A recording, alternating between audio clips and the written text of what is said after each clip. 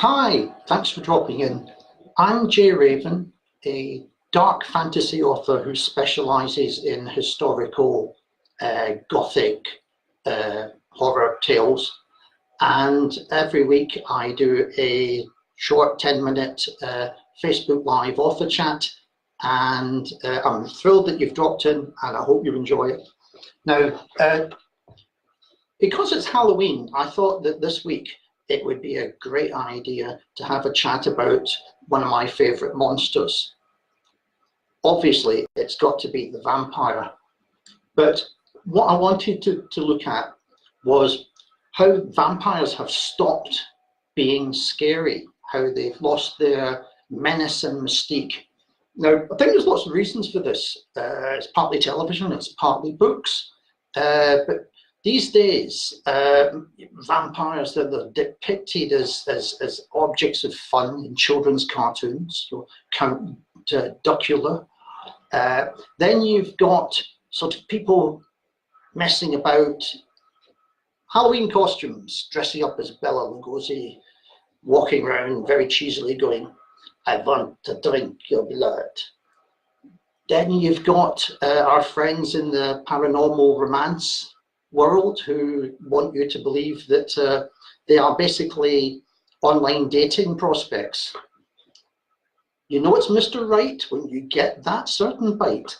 But mostly it's the idea now that somehow vampires are just misunderstood. They're really just angst-ridden, consumptive Victorian poets who like to sort of twinkle and sigh and just be longing and want to be nice to people. Well, that is baloney. Take it from me, they are predators, they are monsters. And when I sat down to start doing my Transylvanian thriller, Crimson Siege, it was very much in my mind that I wanted to make my mission to reinvent, to redefine the vampire, to actually make them terrifying again. And I had a long, hard think about this, and I thought the only way I can do this is take two different paths. Number one was to go back to basics and basically portray them as the absolute killers they are, the voracious monsters that they are, and wanted people to understand that they were feral and fearsome, that they were savage and relentless, and that they were without conscience.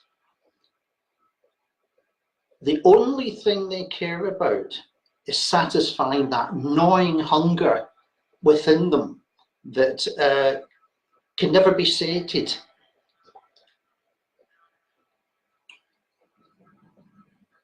I also wanted to get across the fact that they consider themselves as gods. We mortals are just there for their amusement.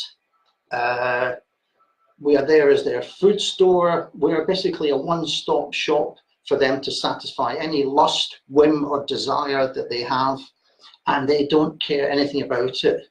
So that was the first thing.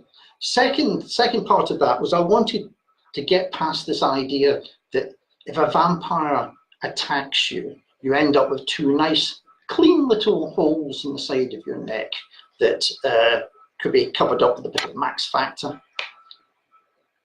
When a vampire attacks you, they rip half your throat out. It's like being attacked by a rabid dog or a wolf.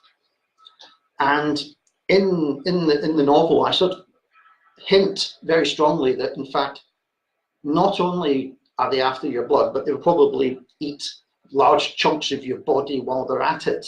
The idea that they just drain blood from you, like siphoning petrol from a petrol tank, that's not the way it's done. It's like open cast mining. They just rip open and get in, and they don't drink in a sort of civilized way or anything. They probably hunt in packs, and they feast. Very, very, very scary stuff. Now, the other half of what I reckoned I had to do was to give them extra powers, to sort of weaponize them. And my vampires have a variety of different skill sets or gifts. And the first one is the ability to mesmerize and control humans. And as I was saying earlier, hinting at,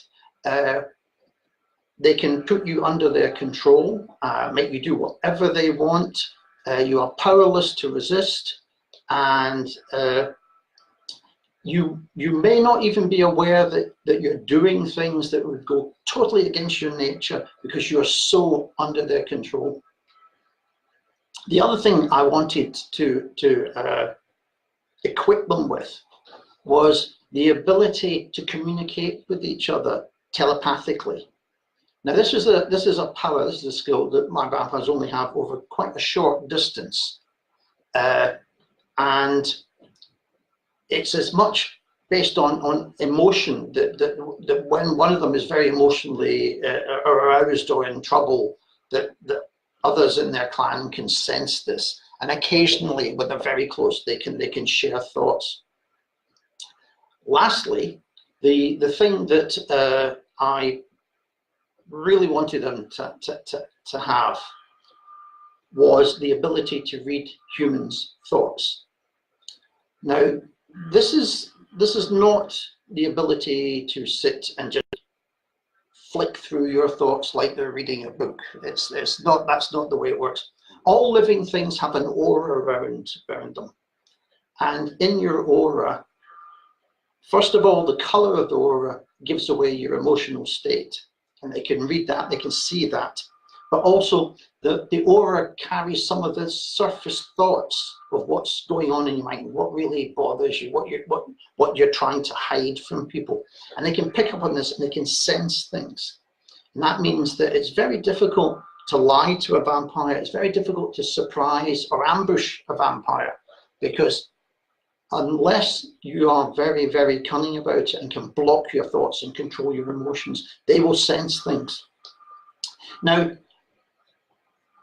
what I'd like to say is that I wanted my vampires to be faster than us, stronger than us, smarter than us, and when they're injured, to heal so much more quickly than us.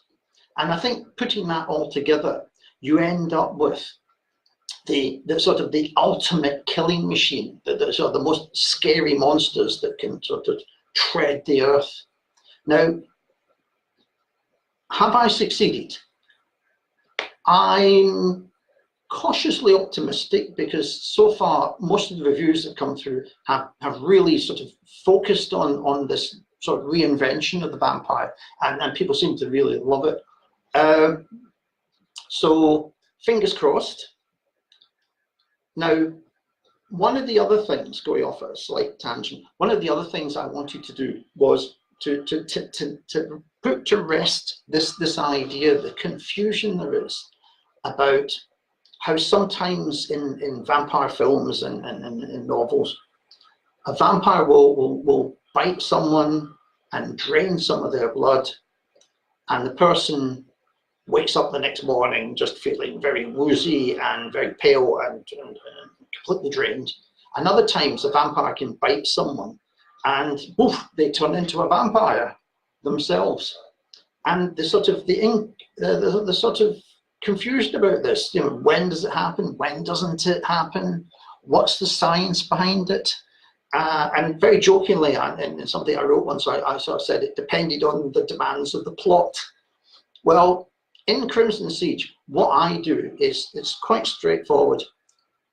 To be turned into a vampire, you have to be given some of their blood. You have to be forced to ingest some of their blood, which contains the contagion, the plague, the bacteria, whatever it is that turns people into vampires.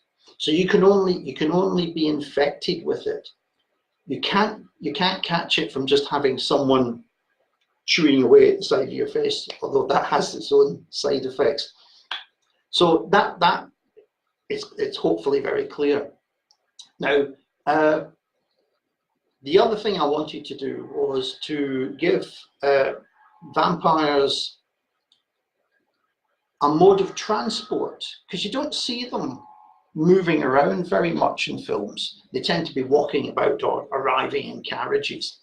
And so I have devised that they have their own steeds. This is all set in the 19th century. So they have their own horses, which are basically vampire horses, which are created by the vampires biting a pregnant mare. Now, the mare dies, but when they take the foal out of the horse, sorry, too much detail, it has taken up that contagion, and hence turns into a sort of vampire horse. And what that means is that they are faster, they are stronger, they are meaner. And the beauty of this, and this is a demand of the plot, is that it means that vampires can travel vast distances in a remarkably short space of time.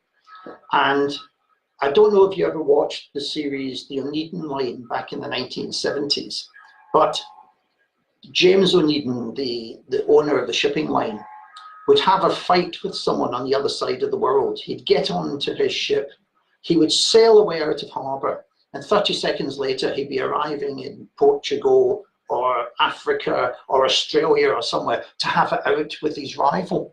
And of course, had this been accurate, it would have taken him 6 months to get these places. And we all have this problem in thrillers of getting our characters around very quickly. And so these demon horses enable the vampires to cover vast distances in very short spaces of time. It also means that even if you have quite a head start on them, they will catch up with you and you will be in serious trouble. Now, thank you for that. That's all I want to say on vampires just now, but perhaps we'll have a chat in a few weeks' time about the 10 best ways to kill a vampire. But what I would like to just do now, just to wind up, is to say there's still time to register for my newsletter. The November one's going out tomorrow, but there's still time. And if you want to get the newsletter, a couple of really, really exciting things in it this month. Number one is I have an interview with a real life ghost whisperer. And secondly, an actor, broadcaster friend of mine, Jerry Hughes, has taken one of my historical horror stories and given it a full dramatization. And so it's been recorded as an audio story with voices, special effects, sounds in the background, all sorts of stuff. And then when you listen to it, it's about 16 minutes long. When you listen to it, it's like you're listening to a radio play. It's wonderful. I really, really would love you to hear it. So I'm going to put details for enrolling for my newsletter in the comments in a little while. But if you want to try and get registered now, you can go to my website at www.jraven.com, and there's 2 or 3 forms, different forms there. You can fill any of them in, and that will get you enrolled. So thank you very much for watching, and hopefully I will see you next week. As they say, same time, same day, same channel. See you then.